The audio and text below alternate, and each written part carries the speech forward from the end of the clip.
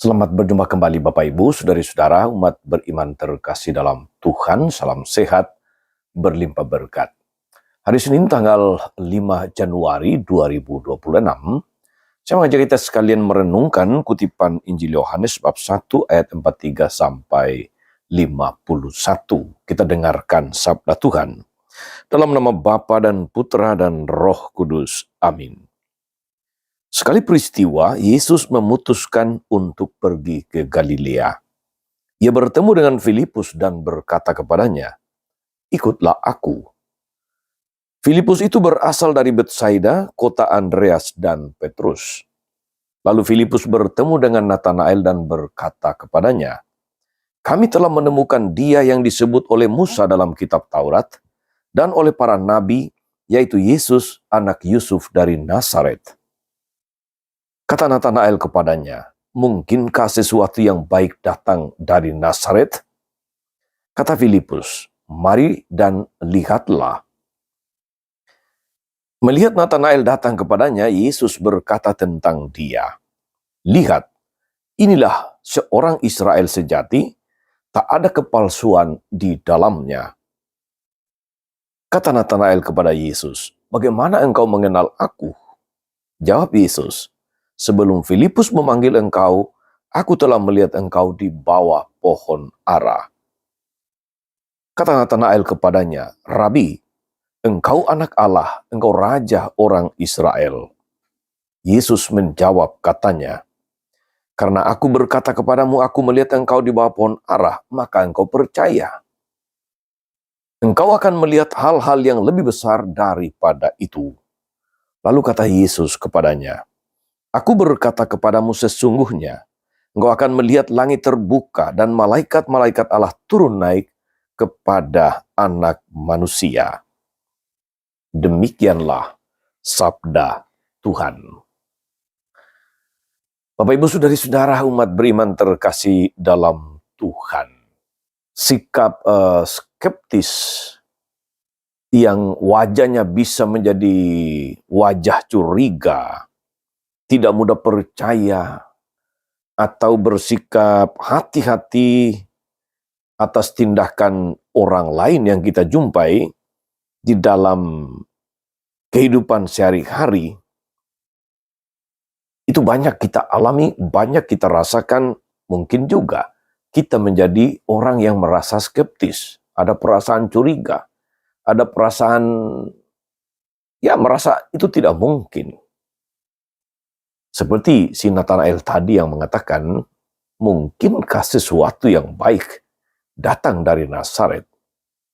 Di balik kalimat itu tentu ada pemahaman bahwa Nazaret itu bukan apa-apa, bukan kota terkenal, bukan kota yang bergengsi untuk diperhitungkan. Saudari-saudara, umat beriman terkasih, di zamannya Yesus juga menghadapi sikap skeptis seperti tadi, seperti dari Natanael, yang bahkan memberi komentar sinis, mungkinkah sesuatu yang baik datang dari Nazaret? Tampaknya Natanael tidak menyukai Nazaret, tidak mau tahu tentang apa yang terjadi di sana, dan tidak mau berhubungan dengan orang-orang di sana. Sebab bagi Natanael, tidak mungkin seorang Mesias datang dari kota kecil yang tidak terkenal itu. Saudara-saudara umat beriman terkasih dalam Tuhan, kita juga bisa tergoda seperti sikap Natanael, yakni menolak orang-orang lain atau mengambil jarak dari mereka karena mereka berasal dari kalangan, dari suku, dari daerah, dari posisi yang tidak kita sukai, atau dari daerah yang tidak kita perhitungkan, yang tidak kita anggap. Kadangkala menolak, meragukan, atau tidak percaya akan kelebihan dan kemampuan orang lain. Mungkinkah sesuatu yang baik datang dari si A atau si B, si C, atau dari daerah atau suku C, suku D, dan sebagainya. Kadang-kadang kita juga terperangkap di dalam stigma-stigma buruk, stigma-stigma negatif terhadap sesama sendiri. Entah karena asal-usulnya, karena sukunya, karena agamanya, karena kemampuannya, dan sebagainya. Saudara-saudara umat beriman terkasih dalam Tuhan, bertolak belakang dengan sikap Nathanael yang kadang-kadang juga bisa menjadi sikap kita, Yesus justru sabar melayaninya. Yesus tidak memandang negatif tentang sikap Nathanael.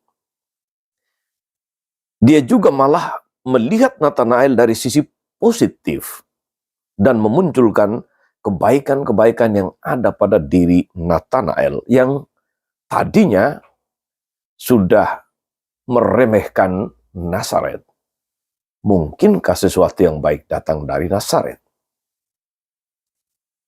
Pertama, saudara-saudara, Yesus memuji ketulusan hati Nathanael. Yesus memuji dia. Inilah orang Israel sejati, tak ada kepalsuan di dalamnya. Selanjutnya, Yesus menghargai ketekunan Nathanael dalam mempelajari hukum Taurat.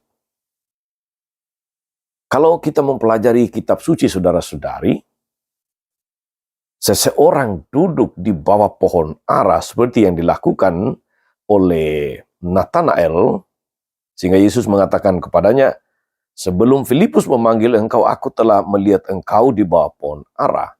Ada kebiasaan orang Israel merenungkan, mempelajari, mendalami kitab suci di bawah pohon ara. Dan Yesus mengapresiasi itu. Ketekunan Nathanael mempelajari dan merenungkan kitab suci, hukum Taurat khususnya. Dan tidak lupa Yesus mengatakan bahwa ia melihat Nathanael di bawah pohon ara. Suatu bentuk perhatian Yesus kepada Nathanael. Melihat kesabaran serta perhatian yang luar biasa, maka lululah hati Nathanael. Maka kemudian yang muncul dari mulutnya adalah sebuah pujian atau pengakuan tentang Yesus. Maka dia katakan begini, Rabi, engkau anak Allah, engkau raja orang Israel. Saudara-saudara umat beriman terkasih dalam Tuhan. Kerap kali kita menemukan orang-orang yang menyebalkan seperti Nathanael. Selalu mengkritik, selalu melihat orang dari sisi negatif. Tapi hari ini Yesus mengajarkan kepada kita bahwa kesabaran serta perhatian yang tulus dapat mengubah hati banyak orang. Kesabaran dan perhatian yang tulus dapat membawa orang sampai kepada Yesus. Untuk itu saudara-saudara, moga-moga kita semua yang mendengarkan firman Tuhan hari ini juga diteguhkan untuk membawa semakin banyak orang kepada Yesus seperti yang dilakukan oleh Filipus. Mari dan lihatlah. Semoga melalui kesaksian hidup kita, semakin banyak orang yang mau mengenal Yesus, mau hidup bersamanya, dan terus menjadi saksi kasih-Nya di tengah dunia.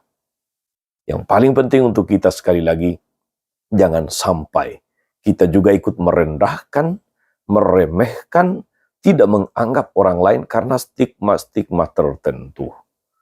Karena suku, asal-usul, golongan, kepercayaan, agama, dan sebagainya. Dan mari kita membangun kesabaran dan perhatian kepada orang-orang yang kadang-kadang mungkin tidak kita anggap, mungkin tidak kita terlalu perhitungkan, tetapi kalau kita sabar melayani, sabar menyapa, sabar untuk memberi perhatian, rasanya mereka akan mengenal Tuhan melalui kehadiran kita. Tuhan Yesus memberkati. Amin. Tuhan Yesus Kristus, kami bersyukur karena melalui firman-Mu hari ini, kami boleh belajar untuk semakin mengenal Engkau.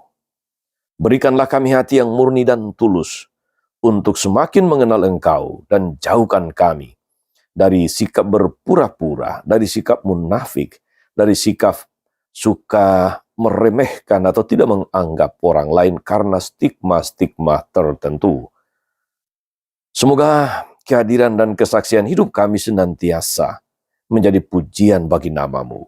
Terpujilah Engkau sepanjang segala masa. Amin. Saudari-saudara sekalian, berkat Allah turun atas saudari-saudara. Atas mereka yang kita doakan atau kita janjikan doa, mereka yang sakit dan menderita. Segala rencana, karya, dan pelayanan hari ini, Bapa dan Putra dan Roh Kudus. Amin. Tetap sehat dan teruslah menjadi berkat.